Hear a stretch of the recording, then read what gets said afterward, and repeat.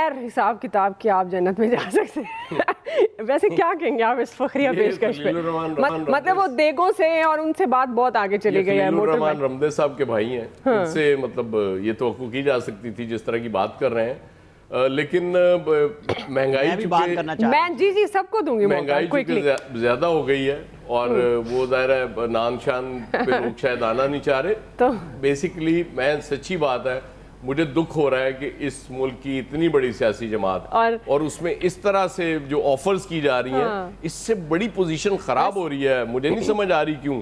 यूं लगता है कि जैसे कायद के इस्तकबाल के लिए कोई आएगा ही नहीं। मतलब जन्नत का लालच मिलेगा तो जाएगा। मुझसे भी कोई पूछ रहा था कि अगर ड्यूटी पे होने की वजह से कोई ना जा सके तो क्या होगा। मैंने कहा यार वो नियत कर ले कि मैं इस्तकबाल में जन्नत का टिकट मतलब हम इतनी सीरियस चीज को भी हम इस चीज में ले आए। आप देगों तक रहे जी आमिर साहब, वो एक बाइक का भी कुछ था, लेकिन बहिश्ती से बहिश्ती दरवाजा बनाया था ना जुल्फकार भुट्टो साहब ने पाकपतन में, आपको पता है ना। आजकल तो पाकपतन किसी और वजह से ज्यादा मशहूर हो गया है। तो यहाँ पे इसी तरह बहिश्त होती है और आपको पता है ना कि ये वही हैं जिनको जलसे में आने से भी रोक दिया गया था। ये जज्बाती बहुत हो गए थे चौधरी असदुर्रहमान, और अब ये फिर दोबारा लाइन में लग के आ गए हैं। PMLN के लोग हैं, वहीं पे खड़े हैं, वहीं वापस जा रहे हैं। और यही मैं कहता होता था कि वोटरों ने पहुंचना है। जिस तरह अब आप और हम सब मिलके कश्मीर और फलस्तीन पे एक नहीं हो गए, यक जुबान, सियासी सिफारती इखलाकी सतह पे हम आपके साथ हैं। जी बिल्कुल। तो ये जी फैसल साहब करना चाहेंगे कमेंट? आमिर ज़िया साहब आप में से कोई?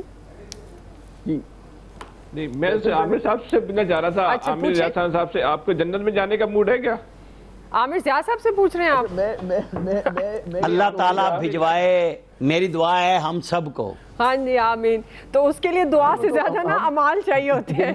जिसने नचना है वो नट जाए, सीधे तैयार हैं। आमिर ज़िया साहब कुछ कह रहे हैं। आमिर ज़िया मैं ये कह रहा था कि जन्नत तुम अपने अमाल पे जाएंगे, और उस अमाल में मुझे नहीं पता कि ये नवाज शरीफ साहब के जलसे में शामिल होना कितना जरूरी है। कि मैं एक बात कहूँगा, ये जो बात की गई है ये पाकिस्तानी अवाम की इज्तिमाई शऊर की तौहीन है।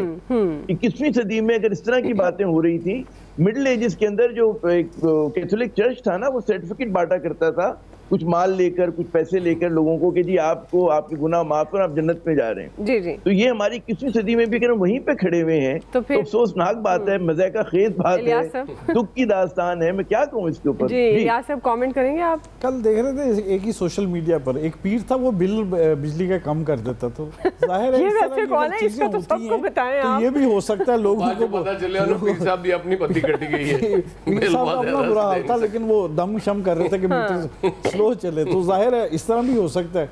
लोगों को अभी आजकल अपने इलाके में उन लोगों से कहा जाएगा, तो जाहिर है अब जिस बिल्कुल देखते हैं अब क्या जीद और फखरिया पेशकश PMLN की तरफ से सामने आती है। खासतौर पर जाहिर है ये वर्कर्स हैं, लेकिन ये जो जन्नत का टिकट है ना नाज़रीन, ये जाते जाते एक बात मैं ज़रूर कहूँगी, ये हम जज्बात में ना कुछ ज़्यादा ही हो जाते हैं। आप कुछ ऑफर्स तो कर रहे हैं, आप खाना शाना खिला देते हैं, फ़ी बंदा पैसे मुकर्रर कर देते हैं। वो बाइक की भी एक सोशल मीडिया पर बात आई, लेकिन ऐसे लोगों को कम से कम थोड़ी सी इनकी ना मेंटली जो ट्रेनिंग है ना, वो इनके लीडर्स को, जो रहनुमा है, सीनियर रहनुमा PMLN के, वो उनको ज़रूर करनी चाहिए। ये बात हमने भी ज़रा बड़े लाइटर मूड में डिस्कस किया, लेकिन ये एक बड़ा सीरियस आपका मेंटल इशू है जिसको आपको ज़रूर देखना चाहिए।